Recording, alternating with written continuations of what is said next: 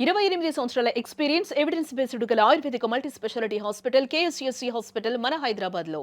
నమస్తే, welcome to Suman TV. నేను మీ సాయి భైరి. ప్రస్తుతం పాల కల్తీ అంశం ప్రతి ఒక్క తల్లిదండ్రులను తీవ్ర భయాందోళనకు గురిచేస్తోంది. ఇంట్లో ఉన్న చిన్న పిల్లలకి బయటి పాలు తాగిస్తే ఏమవుతుందో తెలియనటువంటి పరిస్థితి ఏర్పడింది. దీనికి సంబంధించి మనం మాట్లాడతాం. పాల కల్తీ ఎలా జరుగుతుందో, అసలు బయట లభించే పాలు తాగడం వల్ల పిల్లలకి ఎలాంటి నష్టాలు చేకూరుతున్నాయి. ప్రస్తుతం మనతో పాటు ప్రముఖ డాక్టర్ శ్రీకాంత్ గారు జాయిన్ అవుతున్నారు జూమ్లో. సార్ నమస్తే. సార్ నమస్తే అండి. సార్, ప్రేక్షకులందరికీ రాజమండ్రి నమస్తే. ఘటన తర్వాత అందరికీ ఒక భయాందోళన పరిస్థితి నెలకొంది. ఎందుకంటే చిన్నపిల్లలు, ముఖ్యంగా హైదరాబాద్ లాంటి పట్టణాల్లో అయితే బర్రెపాలు డైరెక్ట్గా దొరికే పరిస్థితి లేదు. ప్యాకెట్ పాలు, బయట దొరికే పాలు కొనుక్కొని స్థాపించే పరిస్థితి ఉంది.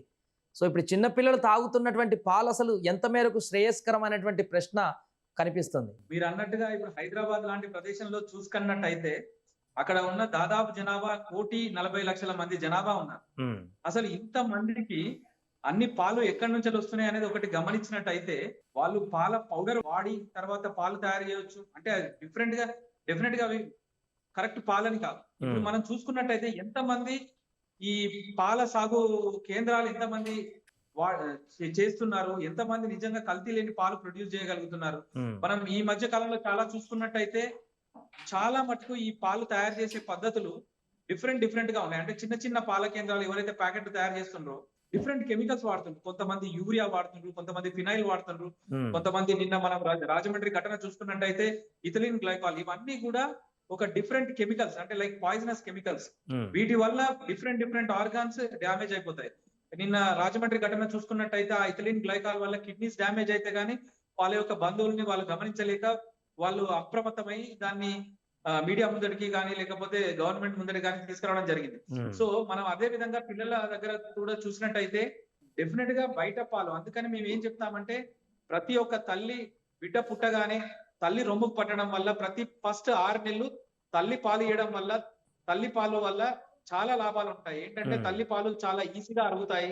తర్వాత తల్లి పాలు వల్ల చాలా పోషకాలు, ప్రోటీన్స్, తర్వాత ఇన్ఫెక్షన్స్ కి ప్రివెంట్ చేయడానికి సంబంధించిన ప్రోటీన్స్ ఉంటాయి, సెల్స్ ఉంటాయి, ఇవన్నీ ఉంటాయి. కాబట్టి ప్రతి ఒక్క తల్లికి పుట్టగానే మేము చెప్పేది అది.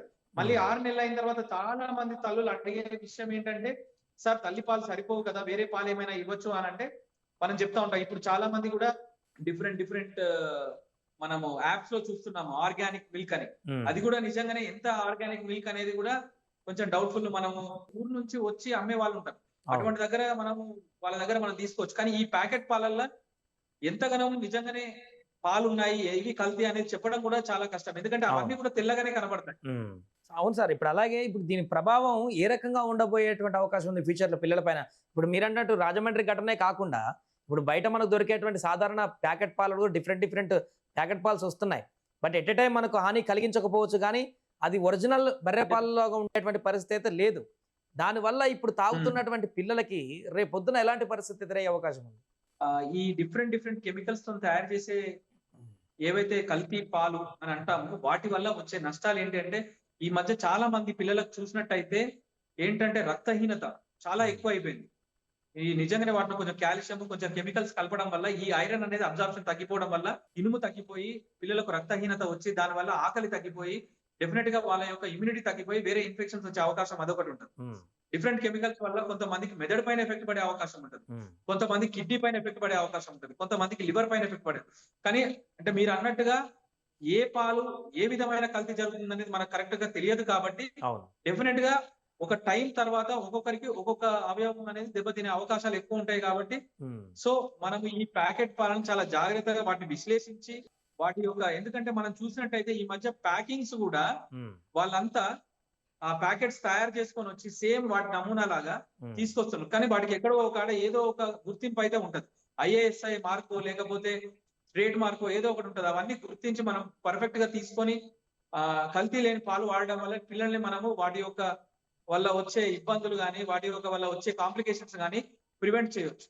సో మాక్సిమం వీలైనంత మటుకు వీలైతే తల్లిపాలు, లేదా మనకు ఊర్లో ఉన్నట్టయితే మనకు తెలిసిన బంధువుల దగ్గర ఉండే ఏవైతే ఆవులు లేకపోతే బర్రెల నుంచి వచ్చే పాలు తీసుకొని వాడడం వల్ల డెఫినెట్ గా మనకు ఎటువంటి హాని కలగకుండా, ఎటువంటి రోగాలు రాకుండా మనం నివారించవచ్చు.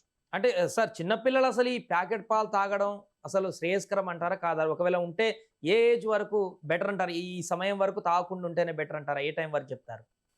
మినిమం 2 to 5 ఇయర్స్ వరకు, ఓకే.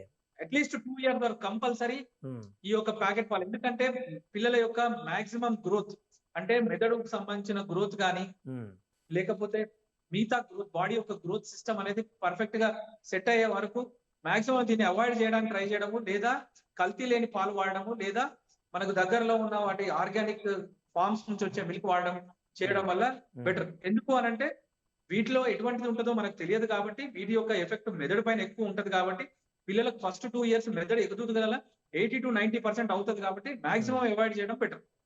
చాలా మంది, కొంతమంది ఇప్పుడు తల్లులు కూడా ఉద్యోగాలు చేస్తూ ఇప్పుడే పుట్టిన బిడ్డలకి వేరే రకాల పనులలో పడిపోయి 2-3 నెలల తర్వాతనే డబ్బా పాలు పట్టేటువంటి పరిస్థితులు ఉన్నాయి సార్. ఇప్పుడు అలాంటి వాళ్ళకి ఏం చెప్తారు?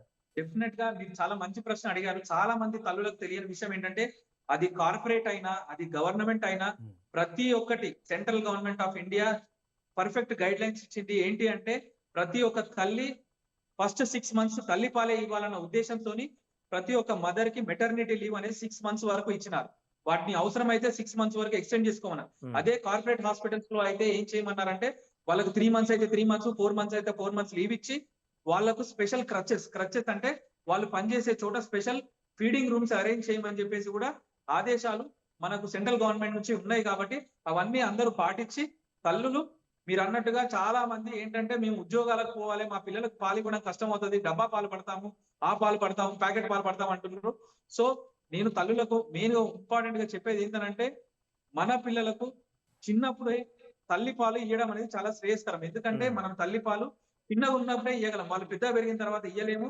సో మనం వేరే పాలు ఇవ్వడం వల్ల వాటికి వచ్చే నష్టాలు ఎక్కువ కాబట్టి ప్రతి ఒక్క తల్లిని మనం ఎంకరేజ్ చేయాల్సింది ఏంటంటే, తల్లి పాలు ముద్దు, డబ్బా పాలు వద్దు, లేదా కల్తీ పాలు వద్దు.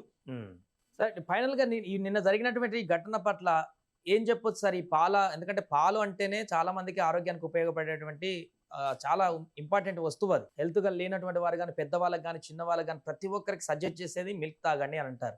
అలాంటిది ఇప్పుడు మిల్క్ మీదనే చర్చ నడుస్తుంది. అసలు మనం తాగే మిల్క్ అసలు మిల్క్ అనా ఏంటా, దానివల్ల ఇంకా అనారోగ్యమయ్యేటువంటి పరిస్థితి ఏర్పడింది కాబట్టి చాలా మంది పాలు అనగానే పాలల్లో ప్రోటీన్స్, కొంచెము కాల్షియం వస్తుంది, తర్వాత కొన్ని పోషకాలు వస్తాయి అనే ఉద్దేశంతో డెఫినెట్ గా పాలు అందరూ తాగిపిస్తా ఉంటారు. సరే, మనము దాంట్లో కాల్షియం తర్వాత ఈ ప్రోటీన్స్ ఏవైతే ఉన్నాయో అవి మనము ఒక ఏజ్ తర్వాత వాటిని ఏ విధంగా ఏ రూపంలో అయితే ఇవ్వాలో అది కూడా ఇవ్వాలి. ఆకుకూరల్లో కాల్షియం ఎక్కువ ఉంటది, కొన్ని డ్రై ఫ్రూట్స్ లో కాల్షియం ఉంటది, తర్వాత మన ప్రోటీన్స్ అంటే దినుసులలో, పప్పు దినుసులలో ప్రోటీన్ ఉంటది, ఇవన్నిట్లలో ఉంటది కూడా, అవన్నీ కూడా ఇవ్వాలి. సో పాలు ఏవైతే కరెక్ట్ గా ఉంటే అవి వాడుకోవడం బెటరు. తర్వాత మిగతా నేను మెయిన్ గా మన గవర్నమెంట్స్ కి చెప్పేది ఏంటంటే, డెఫినెట్ గా ఇటువంటి యొక్క ఘటనలు జరగకుండా ఈ స్మాల్ స్కేల్ సెంటర్స్ ఎక్కడైతే ఈ పాల తయారీ కేంద్రాలు ఉంటాయో వాటిపైన డెఫినెట్ గా ఒక ఉద్యమం లాగా వాటిని తనిఖీ చేస్తూ, ఇటువంటి ఎక్కడన్నా దొరికినట్టయితే వాటిని క్యాన్సిల్ చేసో లేకపోతే వాటిని సీల్ చేయడమో చేసి, డెఫినెట్ గా ఎవరైతే మంచిగా ప్రొవైడ్ చేస్తున్నారో, ఎక్కడ కల్తీ లేకుండా ప్రాపర్ గా నామ్స్ ప్రకారం నడిపిస్తున్నారో డైరీ ఫార్మ్స్ ని, అటువంటి వాడిని ఎంకరేజ్ చేయాలని చెప్పేసి నేను కోరుతున్నాను. Right sir, thank you so much. Thank you very much.